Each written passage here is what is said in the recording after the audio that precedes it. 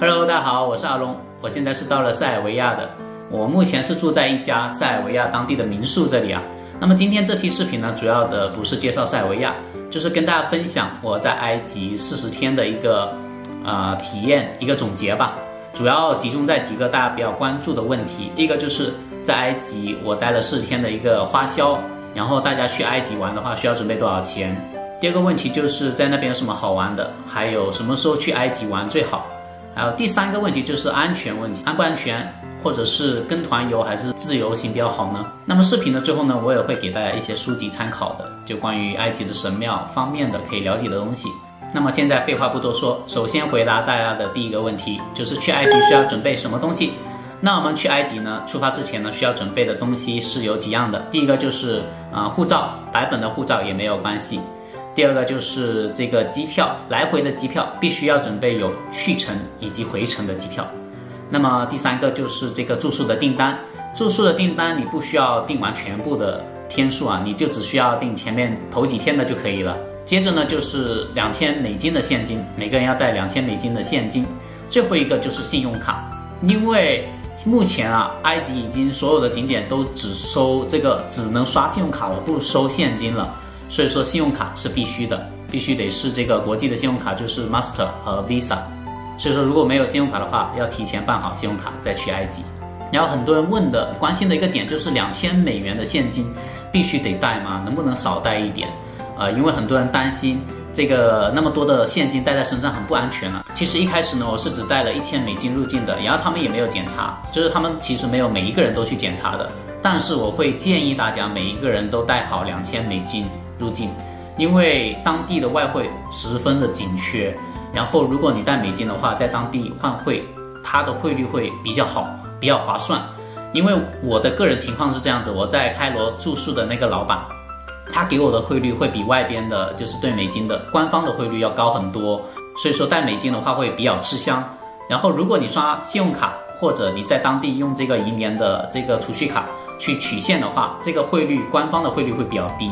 所以呢，我会比较建议大家按照官方的要求，每个人带2000美金的现金去到埃及去玩的。接着呢，就回答大家比较关心的第二个问题，就是我在埃及的40天一共花了多少钱？我呢，个人待的40天一共是花了14410块钱，是准确到了个位数啊，因为我是每一笔开销呢，我都用这个手机给记录下来了。在这14000多里边呢，有3800元我是给了 Safi 的，因为我在这之间呢有帮助 Safi 去维修手机呢，然后还有就是给他买这个猫粮还有罐头，我不是请他就是当我的摄影师嘛，所以呢我也是给了一些费用给他的，毕竟占用他的一些个人的时间，然后影响了他的工作等等，所以呢也是给了他一些费用。当然他是自己是没有提的，只是我个人是坚持要给他。如果不算就是帮助 Safi 的这一部分费用的话，那我一共是花了大概1万块钱的，1万人民币在埃及40天，其中有一半的费用是在住宿方面，就是大概是5000多吧，我在住宿方面花了。在开罗的话，我每天的住宿是在20到25美金，然后在卢克索我的住宿费用呢是每天15到10美金，然后剩下的5000多呢就是花在各种吃，然后还有打 Uber 就是交通的费用，然后还有景点的费用就是门票了。因为在埃及酒店的价格会比较低，所以说我基本上住的都是酒店，就住青旅会比较少，所以说我在住宿方面的支出并不会很大。然后我的来回机票的费用呢，一共是花了4400，但是我是迪拜出发，然后是去的塞尔维亚，所以说呢，机票的费用会比较低。如果是自己一个人自由行去埃及玩个10天半个月，大概要准备多少钱？那么我的建议就是按照官方的这个要求去带这个现金就可以了，就是官方的要求是2000美金每个人嘛，带的现金，然后玩个10天半个月，就是这个开销啊，我觉得已经是可以玩得很好了。毕竟大家不像我这样子是旅居的状态，大家可能是半年1年才有一次机会出来旅行，肯定会住得好一点，吃得好一点，所以说这个可以大家参考一下。然后回答一下大家第3个比较关心的问题，就是去埃及的话什么时间最好？我的建议就是大家冬天去最好，因为夏天去实在是太热了。我之前在开罗42度，然后在卢克索43度，然后在阿斯旺我查看了一下天气，有达到45度、47度的，所以说，如果大家要夏天去、暑假去的时候，一定要提前备好这个防中暑的东西。所以，如果大家有条件的话，就寒假再去或者冬天再去会比较好一点。气温呢也是在20多度这样子，比较舒适的气温。但是呢，可能酒店价格会高很多，然后就是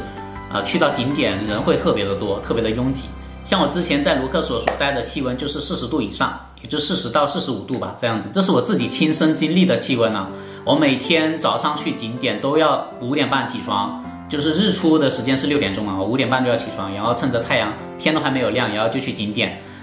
逛完，尽量在9点之前，早上9点之前逛完，然后就结束一天的行程，因为白天实在是太热了。基本上一出门，如果不是在阴凉的地方待着的话，很容易中暑的，真的。当然了，在一些地方，比如说是博物馆里边是晒不到太阳的，那些地方倒没有关系。所以呢，大家可以避开6到9月这个暑假的时候，然后趁12月到次年的3月或者4月这样子比较舒服的天气比较舒服的一个时间去旅游，就是最好的一个选择了。那么接下来再回答大家另外一个问题，就是埃及有什么好玩的？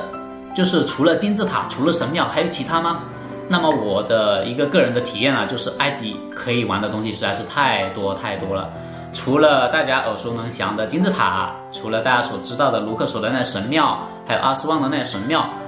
除了这些呢，还有很多人可以体验的就是游船、游轮，以及在赫尔格达可以体验去考潜水证啊、潜水啊，就是在那个红海去潜水，可以去看海豚啊等等，费用都很低。在埃及考这个潜水证是世界上性价比最高的一个地方，然后还可以去达哈伯风筝冲浪，因为那里是一个世界上最好的一个风筝冲浪的地方，风筝冲浪的圣地。然后还有就是在达哈伯呢，你可以什么都不干，点上一杯果汁，在海边坐着躺一天，就在那里享受海边风情，这样子的一个度假的方式也很舒适，因为在那边开销很低啊，你可能住青旅一天只要10几20块钱就够了，然后自己做饭啊，或者出去吃海鲜都可以，开销也很低。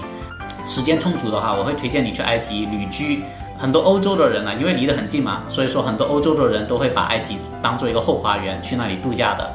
然后除了这些呢，在开罗你还可以去学马术，学骑马，因为费用很低啊，180元人民币可以上5节课，5节马术课。然后除了学马术呢，你还可以花40到60人民币，就是骑1个小时骑马。还可以花就是70人民币这样子吧，去打高尔夫，可以打9个洞。然后除了这些呢，你还可以去西瓦绿洲那里去看看，那里呢有很漂亮的盐水池，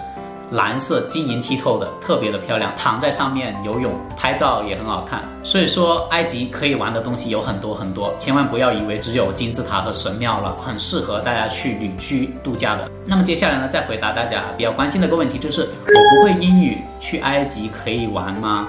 当然你会英语的话，可能体验感会好一点，但是你不会也没有关系，因为埃及是一个旅游的国家，所以说当地的这个英语普及率还是蛮高的，尤其是在景区。所以说你会一些很基本的英语的话，那就最好了。当然如果你实在不会也没有关系，我觉得用翻译软件给大家看一下一个是翻译，叫做翻译，还有一个叫做 Google 翻译。这2个翻译软件呢都可以及时翻译对话的，所以说大家可以尝试一下。因为我身边遇到的很多旅游博主啊，或者环球旅行的那年轻人，他们基本上英语也是说得很差的，所以大家千万不要觉得英语不好就走不了世界了。其实走遍世界只需要一颗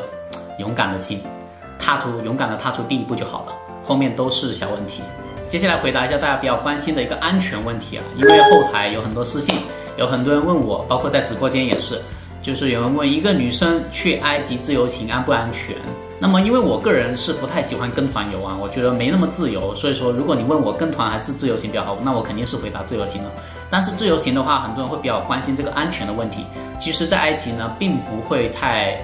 遇到很多这个安全方面的这个东西啊。虽然很多博主有遇到坑啊，但是这些坑呢，大多数都是坑你的钱，就他们会喜欢坑小钱，因为埃及很多景区的人他并不是那么诚信，会变着法子呢去坑你的钱。但是他们不会谋财害命，就是我在埃及，包括我自己的经历也好遇到的那些背包客也好，他们都没有遇到过就是被抢劫啊，就是盗抢的行为。欧洲最近不是很多盗抢的这种现象吗？但是在埃及是没有的，所以大家可以放心的去玩。当然，埃及是一个小费的国家，像是骑骆驼啊，或者说你到一些高级餐厅去吃饭，给小费也是应当的，一般按照10%到15%这样子去给。一般来说的话呢，女生一个人去玩是不会有什么问题的。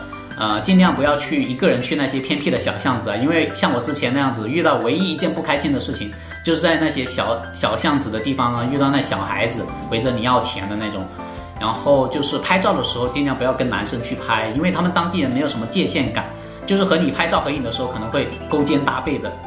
所以呢，大家尽量避开。所以综上所述，一个女生去自由行是完全没有问题的，然后就注意一些细节就好了。其实我在埃及遇到的大部分的人呢，都是很友善、很热情的，并且呢，我在埃及的体验也很好。然后接下来呢，再回答大家一个最后的问题，就是有没有什么书籍可以帮助去了解这些神庙啊，或者这景点之类的。其实我个人除了在网上收集资料之外呢，还有参阅一些书籍的，主要就是《埃及神庙》这本书，以及呢《埃及众神》，就这2本书。所以如果大家去埃及旅游，或者在埃及出发之前呢，就可以去参阅一下这2本书啊，里面介绍的这个神庙以及相关的一些历史知识呢，还是比较丰富的。这2本书呢，在我的橱窗里面也有，大家可以去看一下。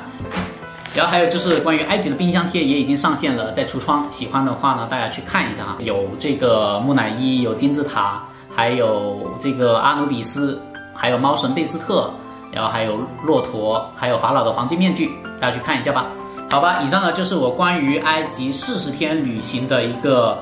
总结了。不知道大家还有没有什么其他比较疑惑的地方？如果有的话，请在弹幕或者在评论区留言，然后呢，我看到呢会尽量回复你们的这个疑问的。然后真的很感谢大家对我埃及视频的支持，包括有网友呢甚至把这个金字塔的视频播在课堂上给那个学生去看，我真的特别的开心以及感动。就是我拍的视频不仅仅是我旅游的一部分，也是大家学习的一部分，也是很有意义的，就真的让我感觉到我所做的这一切都是很有意义的。